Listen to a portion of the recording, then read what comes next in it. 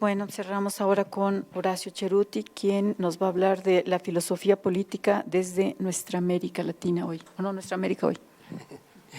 Muchas gracias. Es un placer poder compartir esta mesa con Silvia, con Carlos, y también haber tenido la oportunidad de asistir estos días a este intercambio de experiencias tan valiosas. Me voy a permitir leer entonces las barbaridades que he escrito, siendo siempre porfiado en seguir indagando sobre ciertas cuestiones, ¿no? Las narrativas hegemónicas han procurado convencer y mantener subordinados a los sectores mayoritarios de nuestras sociedades. Para ello han implementado una retórica seductora y que procura paralizar cualquier forma de protesta y aumentar una confianza en que algún día todo mejorará, será paradisíaco. Con esto han ido desarrollando una forma de ejercer la política que deja fuera de todas las tomas de decisiones a las mayorías perjudicadas y aparenta estar trabajando para lograr extraordinarios logros en beneficio de la población. Entonces, funcionarios cobran por lo que no hacen y reciben todo tipo de prebendas, mientras la población sigue en medio de sus carencias. El desánimo aparece así como la modalidad más pertinente para evitar todo tipo de movilizaciones y propuestas de verdaderos cambios en la vida pública, la cual condiciona completamente la vida de cada quien. Los sectores hegemónicos tienen también el dominio de los medios llamados de comunicación. Con esto controlan el acceso a la información más adecuada y bombardean en todo momento con diversas noticias, las cuales desesperan a la población sin brindar ningún tipo de explicación coherente. Los muertos son cifras, números, datos marginales, daños colaterales, jamás seres humanos que requieren respeto a su dignidad. Por otra parte, nos encontramos frente a decisiones para las cuales jamás se nos ha consultado, aunque se siga repitiendo el supuesto respeto a la soberanía popular. ¿De qué soberanía se trata? Si está permanentemente marginada o exclusivamente reducida a la emisión de un voto. Este voto suele ser una simple delegación, sin posibilidades de decidir y menos de supervisar lo que se hará con ese poder supuestamente al servicio de quien lo delegó. Además, la delegación es pura superchería, porque aparte de emitir el voto, siempre y cuando se lo tome en serio y no se lo tergiverse, en manos de quien lo emite no se deja nada más. Por otro lado, no puede ignorarse el inmenso costo que supone este supuesto ejercicio de soberanía mediante elecciones libres y transparentes. Si se supiera la cantidad de dinero que se despilfarra y sobre esto pudiera haber decisión de la población, la cuestión sería muy distinta. Pero sobre eso solo se brindan algunas referencias muy en penumbras. Ahora nos encontramos en una coyuntura muy compleja, porque aparece un neoliberalismo camuflado y remaquillado. No es liberalismo ni neoliberalismo sin más, sino su reformulación para seguir manteniendo el poder elitista y evitar todo tipo de cambios de decisiones. Aparentar cambios, eso sí. A finales de los 90 del siglo pasado, ante una pregunta muy provocativa de Víctor Flores García, me atrevía a señalar lo que considero conviene retomar ahora para quedar en condiciones de aclarar mejor la dimensión política del filosofar. Me permito citar la pregunta que me hacía Víctor y que se publicó en la revista en El Salvador, ¿no? ¿Por qué elegir el escenario de lo político tan problemático para cualquier pensamiento, donde los riesgos de ideologización y de terminar haciendo cualquier cosa menos filosofía? Y yo le respondía, en los 90, ¿no? Hace casi 20 años, colegas y amigos muy estimados empezaban la crítica al neoliberalismo. A pesar de que hice trabajos, di seminarios, estudié obras fundamentales del neoliberalismo, siempre pensaba que era una ideología tan imbécil y tan poco elaborada y simplista, parecido en algunos sentidos al simplismo del nazismo, que se vendría abajo en cualquier momento. ¿Cómo es posible, con ingredientes tan elementales, que sea factible armar algo que puede ser tan destructivo como lo fue el nazismo? Sin embargo, este pensamiento neoliberal o neoconservador tiene la pretensión de ser un pensamiento único, hegemónico y ser identificado con la realidad. Una descripción de realidad que aparenta no ser ideología. Lo que hace es bloquear todo mi proyecto intelectual. Se me pone enfrente como un gran obstáculo y no queda otro remedio que enfrentarlo, porque al mismo tiempo es la negación de mi proyecto intelectual. Pues justamente de lo que se trata es de hacer un pensamiento que permita modificar la realidad. Este pensamiento está modificando la realidad en beneficio de unos pocos, el neoliberalismo, no en beneficio de las mayorías. Hasta ahí lo que yo respondía en ese momento. Son ya 40 años de andar dando vueltas por estos rumbos y sigue la tarea pendiente, no solo para quien esto escribe, sino para todas y todos quienes ansiamos otro mundo posible y sobre todo construirlo de modo efectivo. El asunto está relacionado con lo que consideramos filosofar desde nuestra América y se trata, según lo hemos ido desarrollando en diversas ocasiones, de un esfuerzo obstinado por pensar la realidad a partir de la propia historia, crítica y creativamente para transformarla. En las primeras líneas de un libro que acaba de enviarme, Edgar Montiel, el cual el libro apenas he podido hojear, está sintetizada la cuestión del pasado. El prólogo del libro se titula Navegar en el océano de la memoria y comienza diciendo lo siguiente, Edgar. ¿Cómo registra la memoria colectiva ciertos hechos, sucesos u obras que los pueblos guardan en su recuerdo, se instalan en su imaginario y se transmiten de generación en generación? ¿Qué clase de acontecimientos son los que despiertan el interés de la sociedad, lo atesoran en el recuerdo y lo rememoran siglo tras siglo? Hay algo de enigma en la elección y apropiación humana de los sucesos del pasado y las formas en que sobreviven al paso de los tiempos. Resulta laberíntico navegar en las aguas procelosas de la memoria. Hasta ahí la cita. Lo importante es no dejar de lado ni despreciar la memoria y examinarla, tanto como memoria colectiva como individual, o lo que consideramos que es individual y que nunca lo es del todo, porque no somos seres aislados, aunque se pretenda aislarnos. En esos pasados, recientes y no tanto, reaparecen diversas acciones, tareas, ideales, sueños, obstáculos, logros, fracasos, frustraciones, pasiones, etc. Incluso cuando ese pasado no se lo coloca atrás sino adelante, como en los pueblos originarios, lo acaba de decir también Carlos, la cuestión sigue abierta, porque el pasado marca, orienta, indica, sugiere rumbos y quehaceres. Obviamente no es lo mismo lo que ya fue y no será a lo que fue y sigue estando pendiente a través de las enseñanzas de los ancestros. Incluso la muerte puede dejar de presentarse como fin final. Todo depende de cómo se lo perciba y considere. En todo caso, lo resaltable es que ignorarlo sin más produce diversas modalidades de parálisis muy difíciles de superar. En esta dimensión cobra mucha relevancia examinar en qué y cómo participamos o dejamos de hacerlo y cuáles fueron los argumentos esgrimidos en cada caso. Justamente el esfuerzo tiene que ver con relacionarnos con nuestra o nuestras memoria o memorias, de un modo productivo, propositivo, que empuje hacia los logros anhelados, evitando, al encontrar cómo hacerlo, que nos quedemos bloqueadas o bloqueados.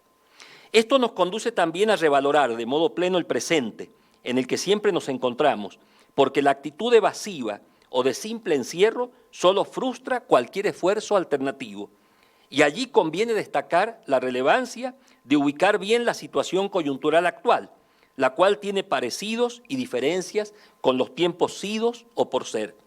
Precisamente ubicarnos frente a esta articulación temporal triádica resulta pertinente y muestra las dimensiones epistémicas recuperables de nuestras actitudes, las modalidades en que seamos capaces de articular los tiempos y ritmos terminan delineando lo que se logra o no. Y de ahí surgen nuevos desafíos para continuar el interminable andar por esta vida siempre histórica. Al serlo nos exige revisar las diversas aristas de los procesos históricos y sobre todo permanecer alertas frente a los aportes y desatinos en un va y viene o vaivén constante de la historiografía, sin dejar de lado las dimensiones testimoniales y la oralidad. Mucho por hacer y más por aprender para quedar en mejores condiciones de proseguir a la búsqueda de la plenitud vital. No puedo dejar de enfatizar aquí la relevancia de integrar los aportes de quienes nos rodean y generosamente comparten saberes, hipótesis, indagaciones y dudas. Todo converge en el esfuerzo compartible y colectivo de construir, remodelar, reformar, transformar radicalmente la realidad histórica de la que formamos parte.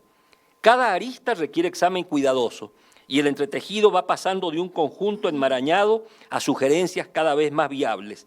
No cabe el hartazgo ni la desesperación. Se vale intentar, probar, experimentar siempre con atención a lo que se está haciendo, hacia dónde se va y sus antecedentes.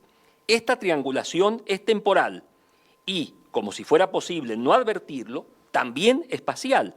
Y vaya si este espacio no requiere cuidadosas precisiones, espacios geográficos, privados, públicos, geopolíticos, simbólicos, múltiples espacios que siguen a la espera de cuidadosos exámenes para situarnos adecuadamente. Ignorar estos aspectos tiene consecuencias terribles. Imaginar, soñar con los ojos abiertos en un mundo otro, alternativo, donde podamos desarrollarnos en plenitud, es parte del quehacer tensional utópico, donde la oposición entre una realidad intolerable y otra deseable y anhelada se enfrentan para dar lugar a la construcción de ese mundo otro. Así, el potencial emancipador que llevamos dentro se exterioriza y se concreta de modo eficaz. Esta realidad histórica, a examinar con todo cuidado para poder ubicarnos de modo pertinente y quedar en las mejores condiciones de actuar de forma adecuada, nos suele sacar de quicio cuando nos enredamos de modo disperso en medio de sus dificultades tan difíciles de precisar. Además, nos encontramos en un tiempo donde diversos enfoques suelen ser insuficientes para dar cuenta de la intensa complejidad de esta realidad. Incluso los términos utilizados para aludir, ni siquiera mínimamente esclarecer, estas situaciones tan confusas nos hacen permanecer en una mezcolanza poco esclarecedora. Por ejemplo, las diferentes consideraciones de las experiencias de los últimos años en algunas partes de nuestra América, que despertaron e impulsaron grandes ilusiones y muchas se fueron desperdigando. Para la terrible situación por la que atraviesa Argentina en este momento, viene a cuento repasar lo ocurrido previamente. En un trabajo de inicios de 2017, con un enfoque sociopolítico y económico, Gastón Ángel Varesi trata de esclarecer el fenómeno kirchnerista. Vale la pena retomar alguna de sus descripciones para advertir si se aclara o no. Y hay que decir que procura esclarecer muy bien las nociones de hegemonía, acumulación y relaciones exteriores a las que acude. Veamos algunas de sus afirmaciones, y me permito citar un poquito largo, ¿no? Cito, el kirchnerismo fue conformando su propio proyecto de gobierno definido políticamente como nacional y popular. Propuso un modelo de crecimiento con inclusión social basado en un capitalismo nacional ligado a una estrategia de construcción de un pacto social dirigido desde el Estado que buscaba articular a la burguesía nacional y a los trabajadores. En este contexto, con motivo de la crisis de la soja a partir de 2008, el gobierno comenzó a desarrollar un extenso plan anticrisis con perfil neodesarrollista. A su vez, las fuerzas ligadas al gobierno comenzaron a enfrentar a sectores del capital que iban distanciándose de la coalición oficialista, dando origen a un proceso de radicalización progresista. Fallece Néstor Kirchner, cuyo funeral se convirtió en un masivo evento de apoyo popular, instituyéndolo como un mito en la política argentina.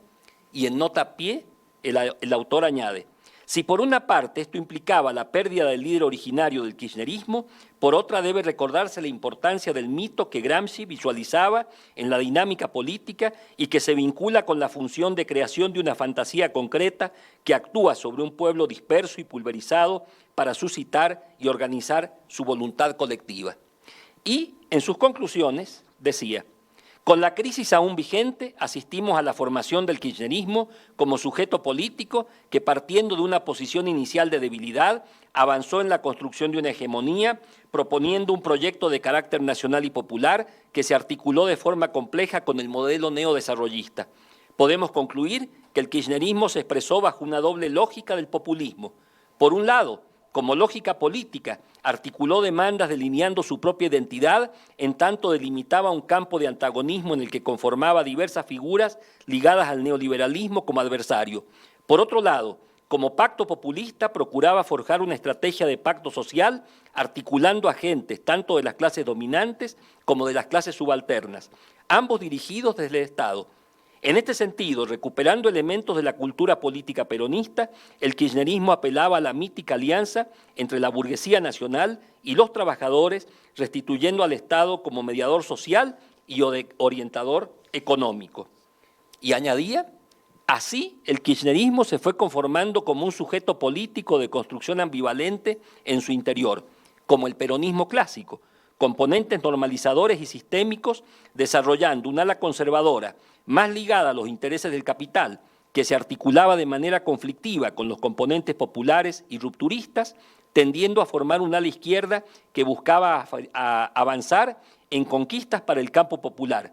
Si bien el socialismo era parte de la identidad setentista que subsistía en el kirchnerismo, como la bandera del socialismo nacional, esa posición se limitaba a sectores minoritarios que no lograron conquistar la hegemonía a su interior.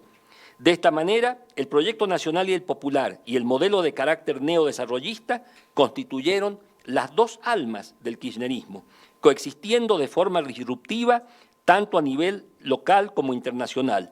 Mientras que, por un lado, el componente nacional del proyecto se encontraba limitado por la persistencia de la extranjerización económica, por el otro, el carácter popular del proyecto entraba en tensión por la continuidad de fuertes índices de concentración económica de una cúpula que exhibía tasas de ganancias superiores en muchos casos a los años del neoliberalismo. Y finalmente, con todos estos claroscuros, blandiendo un entramado complejo de rupturas y continuidades, el gobierno argentino, bajo el kirchnerismo, constituyó un actor de importancia a nivel regional al avanzar para conformar un escenario post-neoliberal en un bloque latinoamericano que vivió el proceso de integración más vigoroso desde las gestas independentistas y donde existieron propuestas diversas en materia de hegemonía, acumulación e integración, donde los modelos de carácter neodesarrollista de Argentina y Brasil coexistieron de modo disruptivo con los modelos de proyección socialista de Venezuela, Bolivia y Ecuador. Unos y otros constituyeron una unidad política clave para la soberanía regional. Frente a la actual contraofensiva norteamericana, la persistencia y radicalización de estos procesos parece necesaria para poder sostener el rumbo emancipatorio latinoamericano abierto en este nuevo siglo y derrotar la estrategia de fin de ciclo que el imperialismo busca imponer en la región. Bueno, hasta ahí la loquísima cita que me puse a hacer. Para decir esto, el esfuerzo por precisar posiciones por parte de Varesi resulta importante, y quienes leemos y releemos lo que va indicando, seguimos con muchas dificultades para precisar de qué se trató exactamente esa experiencia, qué legado deja y cómo se podrían retomar esfuerzos indispensables en medio de la crisis devastadora actual en Argentina y en buena parte de la región. Un nodo de dificultades tiene que ver con la dimensión nacional. Enfatizarla no deja de ser relevante, pero está claro que el mundo se viene moviendo desde hace siglos en una dinámica que excede con mucho esa dimensión. Incluso las mismas nociones de capitalismo nacional y burguesía nacional fueron cuestionadas en sus orígenes. Esto no quiere decir que lo nacional se ha dejado de lado, de ninguna manera, pero sin esas relaciones internacionales tan importantes, sin acuerdos y proyectos eficaces al respecto, se viene abajo cualquier aspiración de independencia real. Otro está relacionado con la pretensión de convergencia entre enfrentar al neoliberalismo y al mismo tiempo aceptar propuestas y consecuencias de su aplicación. Hemos aprovechado el texto de Varesi para ilustrar las dificultades frente a las cuales nos encontramos para poder establecer una interpretación pertinente de lo ocurrido y lo que está ocurriendo. Podríamos, y no hay que descartarlo en avances futuros, retomar otros trabajos para seguir indagando aristas. En todo caso, el texto resulta ilustrativo de las dificultades con que se tropiezan estos esfuerzos ineludibles. En cuanto a las relaciones internacionales y el reforzamiento de la región, hay mucho material, pero quisiéramos retomar trabajos recientes para mostrar algunas de estas aristas y al enfatizarlas, darnos la oportunidad de destacar el modo de colocarnos frente a estas rípidas cuestiones de indispensable consideración. En un volumen colectivo muy sugerente que me obsequiaron en nuestro 6º Congreso de Nucleas en Río de Janeiro, ahora entre el 27 y el 30 de agosto, se pone el énfasis con toda precisión en Centroamérica y el Caribe, justamente región geográfica, Centroamérica y el Caribe, que suele ser marginada en las consideraciones o a las que se hace referencia solo por alguna cuestión muy específica. Este volumen permite vislumbrar la relevancia de esta zona para el mundo entero e incluso la cuestión pendiente del Canal de Nicaragua muestra su importancia, más cuando lo leemos ahora en medio de la crisis por la que atraviesa el país centroamericano. El estudiante de maestría ruso Vladimir Goliney ponía el acento en el eje del Pacífico, México, Colombia, Chile, frente al eje continental Argentina, Brasil, Venezuela, cuya articulación se ha ido modificando en estos meses. Por su parte, el expresidente de la República Dominicana, Leonel Fernández Reina, cuestionaba el pretendido fin de ciclo, tanto económico como político en la región, y señalaba: es preciso recordar que antes la región vivió la década de oro. América Latina, desde el año 2002 hasta el 2013, experimentó lo que todos han reconocido como una época de esplendor, progreso y prosperidad. y a partir de aquí repasa acontecimientos para establecer que ya en 2015-2016 se había terminado el ciclo de estabilidad política y el ciclo progresista en la región para entrar en lo que denomina financiarización. Y lo cito, hoy día el sector financiero no juega un papel de intermediación. Actualmente el sector financiero se ha convertido en un fin en sí mismo y por consiguiente, en lugar de facilitar créditos a los sectores productivos, lo que hace es que invierte en las bolsas de valores, en el valor de las acciones de las empresas, emite bonos, realiza transacciones financieras especulativas con contratos a futuros y de esa manera multiplica sus activos financieros con mayor celeridad que si los concediesen préstamos a los sectores productivos. Hasta ahí la cita. E insiste Leonel Fernández en que esto ha conducido a políticas de austeridad y reducción del gasto público, lo cual, dice él, considero que se trata de un gravísimo error, primero de lógica y de sentido común. Si se entiende, en una recesión la peor prescripción que puede establecerse es la de recortar el gasto. Si hay recesión, lo que se procura es una política neo-keynesiana de estímulo al crecimiento.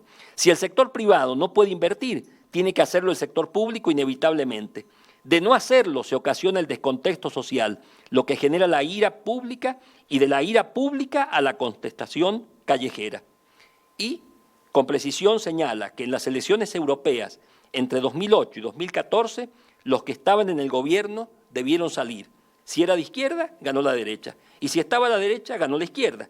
Y por supuesto, dice, el fenómeno más notable que hemos sentido es la radicalización de la política, sobre todo de extrema derecha, ultranacionalista y xenofóbica, que es lo que de alguna manera explica el fenómeno político actual.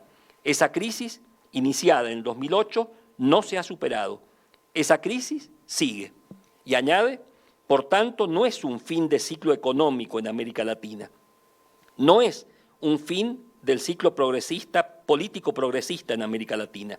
Es el fin de un ciclo a nivel mundial donde había prevalecido siempre el sentido de estímulo a la producción y lo que hay es un nuevo ciclo hegemónico, pero del sector financiero que se ha impuesto como el sector dominante de la economía.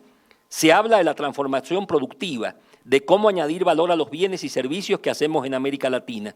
Eso significa una política que garantice crecimiento económico, desarrollo sostenible, mayor competitividad, mayor inserción en los mercados internacionales.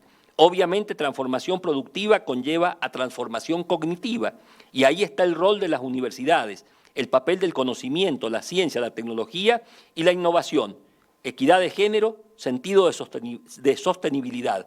El esquema está claro, pero aún haciendo todo esto, América Latina no tendrá desarrollo sostenible si no hay un movimiento a escala mundial que le diga al sector financiero, vuelva a su papel original, sirva de intermediario para financiar a los sectores productivos que son los que realmente producen la riqueza y la prosperidad de los pueblos. Hasta ahí la cita.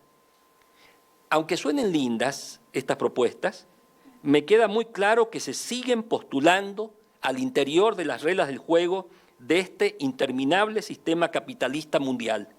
Y son justamente las reglas del juego de este sistema a las que debemos intentar transgredir si queremos vida plena en el mundo. Justamente quedar atrapados en esas reglas del juego es lo que ha limitado y obstaculizado desde dentro mismo de las propuestas a los intentos progresistas en la región que han apelado a reformas y no propiamente a revoluciones.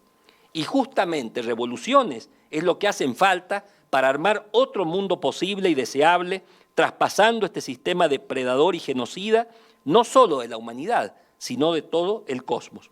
Posibilitar ese otro mundo es justamente la tarea que queda abierta y para la cual no hay recetas, sino intentos, pruebas, experimentaciones y todo esto a partir del imaginario de un mundo otro deseable. Me interesa enfatizar también cómo la reflexión filosófica solo puede avanzar en la interlocución con otros saberes que no son solamente disciplinarios, sino que exigen la revaloración de los saberes ancestrales y cotidianos, los cuales no suelen expresarse por escrito, porque abundan oralmente y en múltiples formas de expresión como las artísticas y callejeras. En estrecha relación con mis sugerencias, encuentro en un trabajo de José Carlos Chiaramonte una gran cercanía a mis indagaciones. Claro, Chiaramonte desde su profesión de historiador, pero también estudioso de la filosofía. En su trabajo, incluido en un libro colectivo, que también me obsequiaron en Río de Janeiro, revisa el legado de Eric Hobsbawm, el historiador británico de ascendencia judía y renovador de los estudios históricos sobre el siglo XIX e inicios del XX. El punto neurálgico es la relación de Hobsbawm con el marxismo, y Chiaramonte muestra la calidad intelectual del británico porque no renuncia a su compromiso político y es capaz de superar los dogmatismos de un marxismo esclerosado. En su interesante revisión concluye Chiaramonte, y lo cito: pese al fuerte compromiso político, la obra de Hobsbawm no cae bajo el concepto de uso político de la historia. Más bien, podríamos agregar, mediante un juego de palabras, que una de las características más destacables de esa obra sea la de haber hecho un inteligente uso histórico de lo político, es decir, un aprovechamiento de las experiencias vividas como participante en la política de su tiempo para enriquecer su comprensión de la evolución de los acontecimientos históricos de los siglos XIX y XX. Hasta ahí la cita. Y termino con unas sugerencias. A modo de sugerencias finales y no de conclusiones, nos permitimos resaltar que la relación entre historia y política es compleja y la filosofía se encuentra también en ese entrecruce que articula historia, historiografía, política como disciplina y como práctica, y exige conocer estos aportes para poder brindar granitos de arena en su función de cuestionamiento y problematización que permita organizar, como resultado de muy diversos aportes, una visión de conjunto y suficientemente holística para poder avanzar en la construcción de lo alternativo buscado, soñado, anhelado, imaginado, y donde poder, razón, sentimiento y pasiones se van articulando de modo complejo y no pocas veces muy confuso. En ese camino andamos y se trata de seguir transitándolo. Parafraseando a Chiaramonte, podríamos decir que el filosofar resulta de un inteligente uso de lo histórico y de lo político, con todo el poder provocador que estas palabras insuficientes pretenden dejar sembrado en nuestras indagaciones. Muchas gracias.